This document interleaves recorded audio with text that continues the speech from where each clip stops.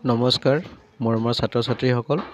মই আজি সপ্তম শ্ৰেণীৰ বিজ্ঞানৰ পৰীক্ষাৰ উপযোগী কেইটামান প্ৰশ্ন আৰু উত্তৰ তোমালোকৰ লগত আলোচনা কৰিম তো প্ৰশ্নকেইটা তোমালোকে মনোযোগ দি চোৱা আৰু পাৰিলে প্ৰশ্নবিলাকৰ উত্তৰবিলাক বহীত লিখি লোৱা ঠিক আছে তো প্ৰথম প্ৰশ্নটো চোৱা প্ৰথম প্ৰশ্নটো কি আছে উচ্চ খাপৰ প্ৰাণীৰ পৰিবহণ তন্ত্ৰৰ প্ৰধান ভাগ কেইটা উচ্চ খাপৰ প্ৰাণী মানে আমাৰ নিচিনা প্ৰাণীবিলাকক বুজায় এই প্ৰাণীবিলাকৰ পৰিবহণ তন্ত্ৰৰ প্ৰধান ভাগ কেইটা তো উত্তৰটো এনেকা হ'ব উচ্চ খাপৰ প্ৰাণীৰ পৰিবহণ তন্ত্ৰৰ প্ৰধান ভাগ তিনিটা এইবিলাক হ'ল এক নম্বৰটো ৰক্ত বা তেজ দুই নম্বৰটো ৰক্তবাহী নলী আৰু তিন নম্বৰটো হয় হৃদযন্ত্ৰ আমি বুজি পালোঁ উচ্চ খাপৰ প্ৰাণীৰ পৰিবহণ তন্ত্ৰৰ প্ৰধান ভাগ তিনিটা সেইবিলাক হ'ল এক নম্বৰটো ৰক্ত বা তেজ দুই নম্বৰটো ৰক্তবাহী নলী আৰু তিন নম্বৰটো হৃদযন্ত্ৰ বুজি পাইছা ঠিক আছে এবাৰ তোমালোকে দুই নম্বৰ প্ৰশ্নটো চোৱা দুই নম্বৰ প্ৰশ্নটো কি আছে যে আমাৰ তেজত হিমোগ্লোবিনৰ পৰিমাণ কমি গ'লে কি হয় মোষ্ট ইম্পৰ্টেণ্ট কুৱেশ্যন আমি জানিব লাগে আমাৰ তেজত হিমোগ্লোবিনৰ পৰিমাণ কমি গ'লে কি হয় আৰু কিমান শতাংশ হিমোগ্লোবিন থাকে তো উত্তৰটো এনেকুৱা হয় আমাৰ দেহত প্ৰতি 100 মিলিলিটাৰ তেজত 12 পৰা 16 গ্ৰাম হিমোগ্লোবিন থাকে 100 মিলিলিটাৰ তেজত 12 পৰা 16 গ্ৰাম হিমোগ্লোবিন থাকে ঠিক আছে হিমোগ্লোবিনে তেজত অক্সিজেনৰ যোগান ধৰে হিমোগ্লোবিনে তেজত অক্সিজেনৰ যোগান ধৰে এই হিমোগ্লোবিনৰ পৰিমাণ কমি গ'লে তেজত অক্সিজেনৰ অভাৱ ঘটিব আৰু মানুহে ৰক্তহীনতা ৰোগত ভুগিব উত্তৰ এইটো ঠিক আছে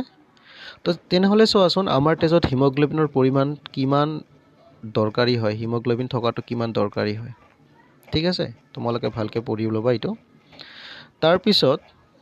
তোমালোকে এইবাৰ পিছৰ প্ৰশ্নটো চোৱা পিছত মই এটা পইণ্ট লিখিছোঁ প্ৰশ্ন আকাৰে নহয় এনে পইণ্ট আকাৰে লিখিছোঁ চাই যোৱা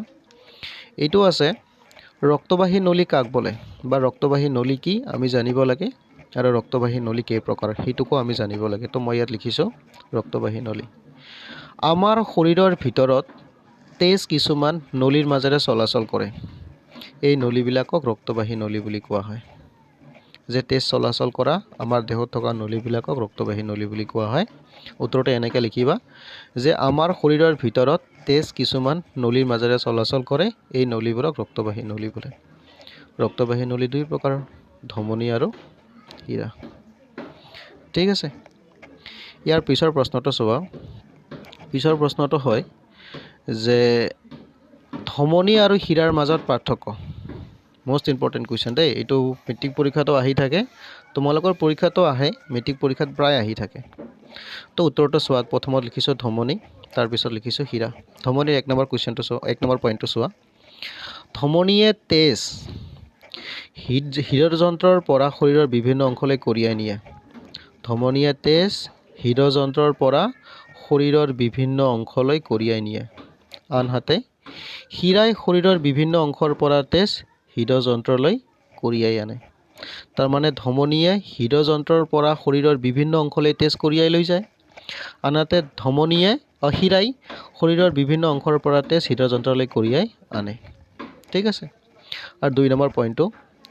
ধমনীৰ বেৰখন ডাঠ আৰু স্থিতিস্থাপক গুণ সম্পূৰ্ণ আনহাতে হীৰাৰ বেৰখন